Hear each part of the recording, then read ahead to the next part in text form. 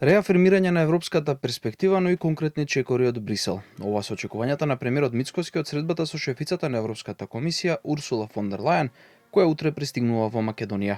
Смета дека средбата треба да биде потврда за македонската посветеност на европскиот пат, но и сигнал дека политиката на проширување е кредибилна. Мицкоски нагласи дека Македонија според него изминатите 2,5 децении загубила многу на патот кон полноправно членство, а самата Унија, како што кажа тој, нема да има корист доколку земјава стане членка без образ и со загубено достоинство. Очекувам да ги реафирмираме позициите дека нашата стратешка цел останува полноправно членство во рамките на Европската Унија.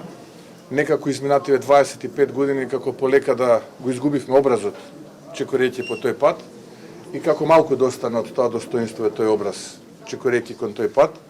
Се надевам дека ќе има испорака и од страна на Европската Унија, за да малку барем го зачуваме образот пред да влеземе, затоа што со изгубен образ и достоинство ниту на нив нема да им вршиме работа, а оваа влада нема намера повеќе да губи од достоинството и образот. Мицкоски се осврна и на најавите на фон дер Лајен за отворање на центри за вештачка интелигенција во Македонија и Србија и појасни дека преку тој проект ќе им се овозможи на македонските студенти и експерти да користат сопствени ресурси и директно да ги црпат можностите кои ги нуди Унијата.